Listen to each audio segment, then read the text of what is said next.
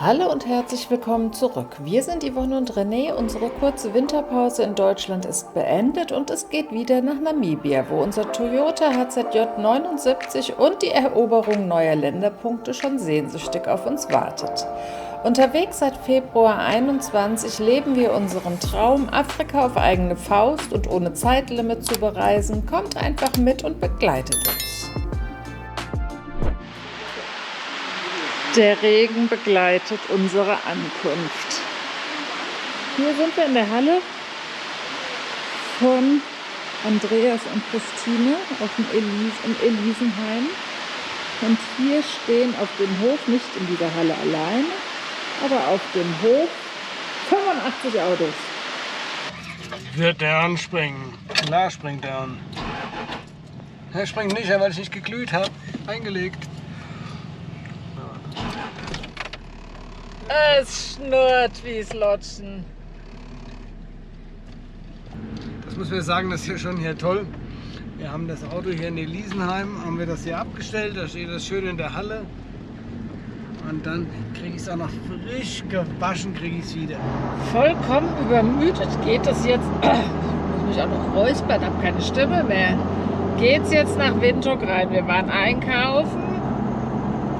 Und jetzt wollen wir nur noch auf dem Campingplatz mal ein bisschen Ordnung ins Auto bringen. Also die Kartons müssen wir so ein bisschen ausräumen, damit wir uns bewegen können. In Windhoek bietet das mitten in der Stadt gelegene Urban Camp alles, was sowohl Langzeit- wie auch das Herz normaler Urlaubsreisender benötigt. Ein gemütliches Get-Together mit alten und neuen Bekannten ist sehr wahrscheinlich, da man sich und sein Fahrzeug gut vor oder nach einem Aufenthalt in Europa organisieren kann. Für uns gerade jetzt in der hiesigen Regenzeit sind die großen Überdachungen am Platz Gold wert. Produzieren wir doch jede Menge Chaos mit unserem mitgebrachten Zeug, welches wir statt in Reisetaschen lieber in Kartons transportieren, die überall sowohl organisiert wie auch recycelt werden. Lebensmittel und Ersatzteile müssen verstaut und verbaut werden und so gehen die ersten Tage schnell ins Land. So, der Professor bereitet sich gerade eine TÜV- und Zulassungsplakette vor. Und ich habe beschlossen, dass meine Zulassung und TÜV-Prüfung bis in das Jahr 1/24 geht. Du musst aber dazu sagen, dass das natürlich nicht für Deutschland gültig ist. Nee, die afrikanischen Gültigkeiten sind das hier. Und warum willst du das machen?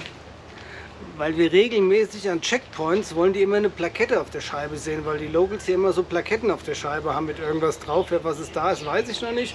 Aber deswegen mache ich mir jetzt auch mal eine Plakette drauf.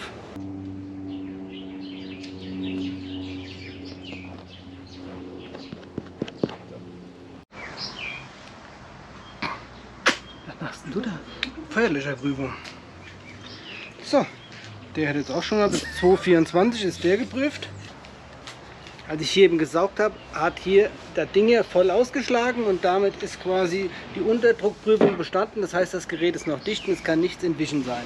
Deswegen ist er noch voll betriebsbereit für die nächsten 2 Jahre. Und jetzt habe ich auch gleich noch, eben war ich ja unterm Auto, die TÜV-Prüfung gemacht. Und deswegen können wir die jetzt auch fertigstellen. Ihr merkt, ich bin sprachlos. Und können ordnungsgemäß das Prüfsiegel draufhauen. Davon, dass sich das Chaos hier lichtet, sind wir doch noch relativ weit entfernt. Ganze Menge Grimsel, Kramsel kommt hier, aber wir schaffen weiter. Und während des allgegenwärtigen Bosselns machen wir jetzt auch noch mal schnell unsere neuen Sandblechhalter dran.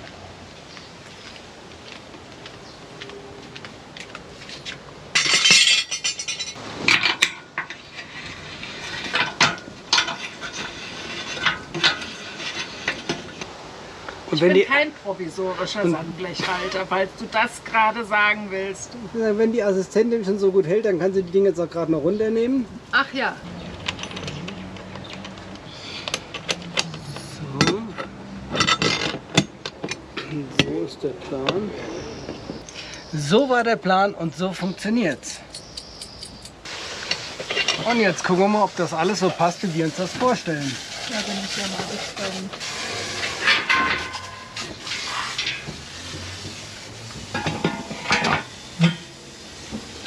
Einwandfrei. Ich habe schon immer gesagt, ich habe einen tollen Bastler geheiratet. Als hätte ich was gewusst.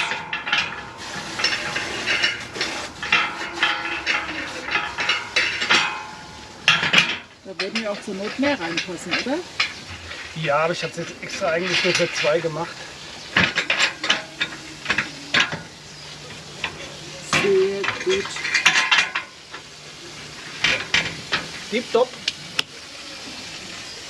So, jetzt machen wir uns mal wieder reisefertig, denn jetzt fahren wir in die Stadt und werden unsere Markise abholen, für die wir uns ein neues Cover haben nähen lassen.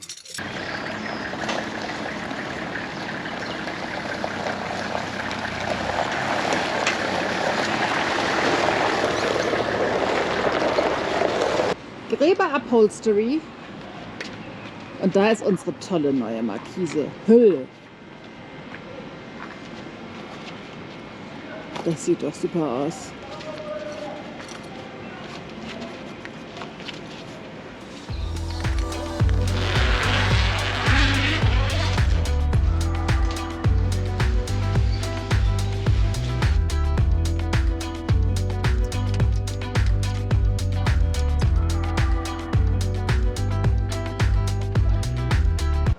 So, also Markise im Prinzip alles gut, nur ist hier oben etwas weiter reingenäht, deswegen passen meine Stangen nicht mehr ganz.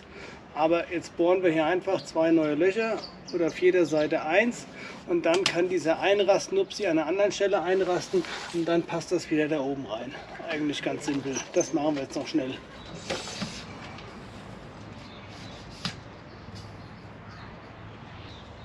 So, und jetzt bohren wir da einfach noch ein Loch rein.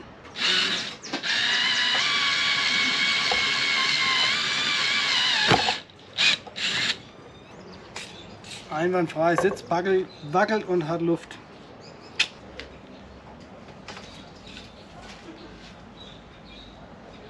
So. Bauen wir den Spaß wieder zusammen. So, einwandfrei. Und während mein kleiner Bastelkönig unsere Markise wieder richtet, richte ich unseren Haushalt und koche Erdbeermarmelade für unterwegs, bevor pünktlich unsere Freunde Jan und Gunda eintreffen und wir wie schon ein Jahr zuvor in Port Elizabeth gemeinsam auf meinen Geburtstag anstoßen. Morgens um 8 bei uns im Auto.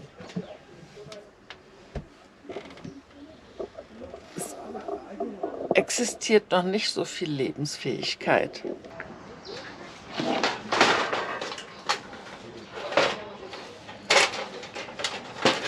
How to prepare the oven. Zum Brotbacken. Bei diesen klimatischen Gegebenheiten genügen 3 bis 4 Tage Anzucht des Teiges und schon ist das erste leckere frische Brot gewährleistet, welches in unserem wunderbaren Klappbackofen morgens frisch zubereitet wird. So, den stellen wir nämlich schön klein, weil die auf kleiner Temperatur das Brot backen. Wenn es zu heiß wird, dann wird es immer gleich schwarz.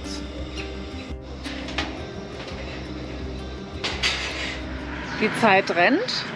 Es ist schon fast eine Woche rum. Und die ersten von unserer Truppe, wenn man sie so benennen kann, verlässt wieder das Lager.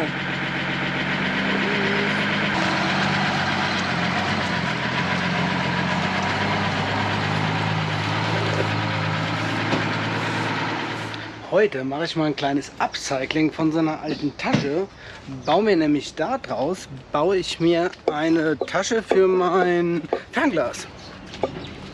Jetzt mache ich mir einfach hier eine Halterung hin, in die Tür und dort kommt dann das Fernglas noch herein. Und das mache ich mit Druckknöpfen, dann kann man nämlich gleichzeitig die Tasche abnehmen und hat dann eine Umhängetasche für sein Fernglas. Ein Loch haben wir ja schon drin, ich habe ja schon ein bisschen vorbereitet. Jetzt hauen wir hier nochmal das zweite Loch für den Druckknopf rein. Jetzt setzen wir hier noch den Druckknopf dazu rein.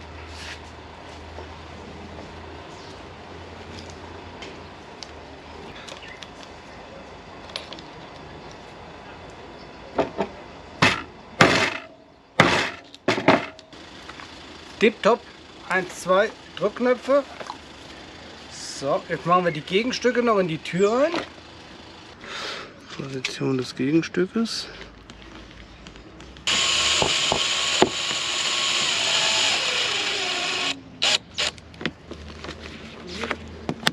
Doch, Ich mache ja gerade mal kleine Profilmesstiefe an den Reifen, weil die hinteren Reifen, die sehen mir schon deutlich abgefahrener aus als die Vorderreifen. So. Das ist ungefähr so viel Profil. Und hier mal den Vergleichstest. Da können wir sehen, das sind bestimmt 2 mm, die wir hinten schon mehr runtergeschrubbt haben. Die sehen noch ganz schön mitgenommen aus, die Reifen schon. Natürlich gibt es professionellere Prüfgeräte, aber die würden nicht so zu meinem Mann passen. Das Ergebnis ist sowieso das gleiche. Einmal alle Reifen rotieren lassen und hinten jetzt die Reserveräder drauf, die keine MTs, also Matt-Terrain, sondern ATs, En-Terrain-Reifen sind. Und damit nicht so stark profiliert und etwas härteres Gummi haben und sich dadurch nicht so schnell abfahren auf Asphalt.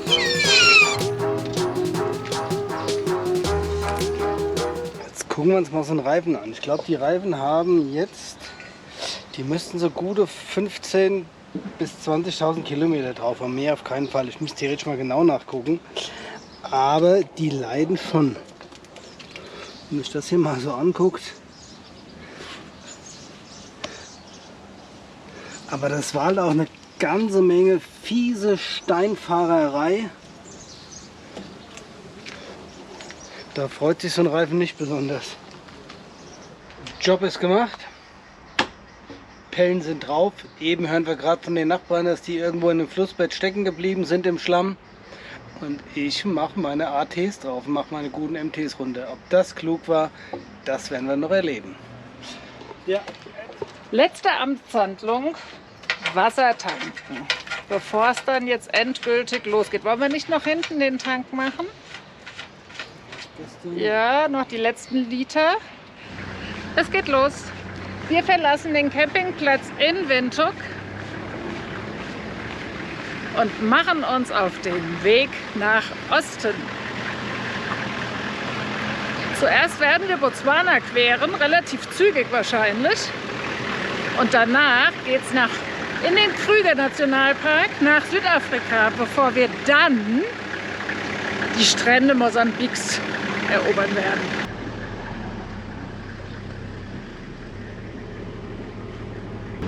Letzte Erledigungen werden gemacht.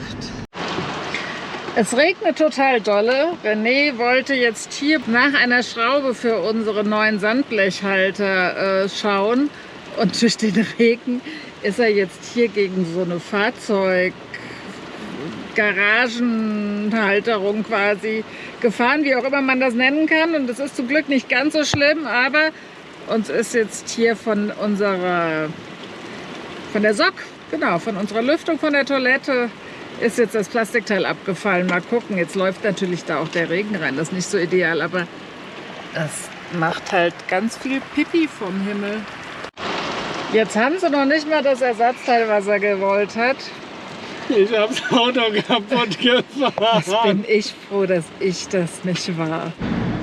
Hier fahren wir auf eine sehr typische Kreuzung in Namibia und auch Südafrika vor. Und zwar Stopp, und das Schild heißt ja unten drunter, da ist eine 3, manchmal ist auch eine 4. Die Vorfahrtsregel ist hier extremst einfach, man muss sich nur dran gewöhnen. Derjenige, der zuerst an der Kreuzung ist, hat Vorfahrt, und demzufolge geht das auch, wenn dann halt der Zweite an die Kreuzung kommt oder der Dritte oder der Vierte. Hier gibt es keine Rechts-vor-Links-Regelung. Da hinten ist es ganz schön schwarz, wo wir hinfahren. Wir kommen hier gerade am International Flughafen Hosea Kutao in Windhoek vorbei. Der liegt ja 30 Kilometer außerhalb. Und wir fahren zum ersten Mal dran vorbei. Wir durchfahren Gobabis.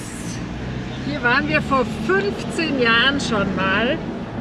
Und es ist immer wieder ganz witzig, so Déjà-vus zu haben. Auf jeden Fall sind wir hier in Cattle Country, weil hier, Cattle von den Rindern, hier oben was sind wir denn? Im Westen Namibias, Nordwesten Namibias werden... Osten. Ach, so was Doofes im Nordosten Namibias. Aber wir kommen aus dem Westen.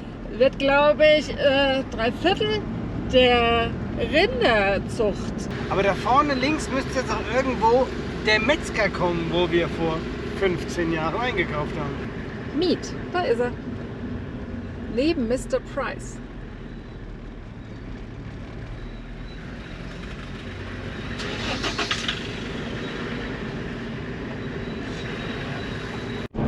Wir befinden uns ja jetzt hier von Gobabis weg in Richtung Botswana auf dem Trans-Kalahari Highway. Der führt ja auf botswanischer Seite dann auch in Richtung Kranzi, nördlich Richtung Simbabwe dann und auch südlich Richtung Gaborone, der Hauptstadt von Botswana.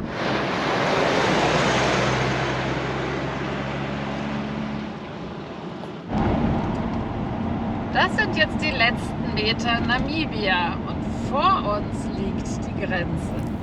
Bisher waren alle Grenzübergänge im südlichen Afrika ein Klacks und innerhalb von maximal einer Stunde erledigt, im Gegensatz zu manch westafrikanischen Grenzen, die auch mal einen ganzen Tag dauern. Für uns neu war allerdings auf botswanischer Seite der Blick in unsere Schränke, denn man darf offiziell keine frischen Lebensmittel mit ins Land bringen, was bei Einreise ein Jahr zuvor niemand kontrolliert hatte. Es war ein bisschen zäh, aber jetzt sind wir im Botswana drin. Das hat nur eine Stunde gedauert, ist eigentlich Ach, ich muss mal Fenster völlig okay. Trotzdem war es ein bisschen zäh. Also eigentlich kennen wir die Botswanis nur extremst freundlich, hilfsbereit und nett. Die waren hier ein bisschen unterkühlt, möchte ich mal sagen. Ein Freudenfest für meine Augen. Die Zäune rechts und links der Straße sind weg. Sofort nach Grenzübertritt. Sofort. Mein Mann tut so, als wollte er dem Auto was Gutes tun, aber eigentlich tut er sich selber was Gutes. Er fährt wieder Gravel Road und kann endlich wieder Luft ablassen. Von da kamen wir. Wir sind noch ein paar dicke XLs gefahren, ne? Gerade drauf. Und hier wollen wir entlang. Und dicke XCLs sind immer irgendwelche Touristenfahrzeuge, LKWs. Ob wir die treffen, sehr fraglich. Da wir uns diesmal nicht im Lande aufhalten möchten, das Wetter gerade auch dazu nicht einlädt, geben wir Gas auf den langen, schnurgeraden Strecken Botswanas. Wir stehen jetzt hier in Botswana, haben unsere erste Nacht in Botswana wieder verbracht. Also nicht unsere erste, insgesamt schon unsere was weiß ich wievielte, aber für den aktuellen Teil die erste Nacht in Botswana. Und jetzt geht es weiter Richtung Gaborone. Wir verlassen unser Bushcamp. Man muss ja immer ein bisschen aufpassen, wo man hinläuft, weil hier ja doch durchaus viele Löcher im Boden sind. Das heißt, es ist einiges an Kribbel- und Krabbelfiechzeug da. Mäuse sind wahrscheinlich noch das harmloseste davon. Daher natürlich immer Augen auf und das richtige Schuhwerk an. Wir sind also wieder da. Die Abenteuer können kommen, einsame Pisten warten auf uns und ihr reist einfach mit. Denkt immer daran, haut auf den Abo-Button, schreibt etwas in die Kommentare und empfehlt uns weiter, denn trotz widriger Umstände geht es hier auf unserem Kanal weiter und wir freuen uns sehr über eure Begleitung, die uns extremst anspornt. Danke für euer Interesse und eure Aufmerksamkeit und bis zum nächsten Mal. Der Osten des Kontinents wartet auf uns alle. Tschüss und bye bye.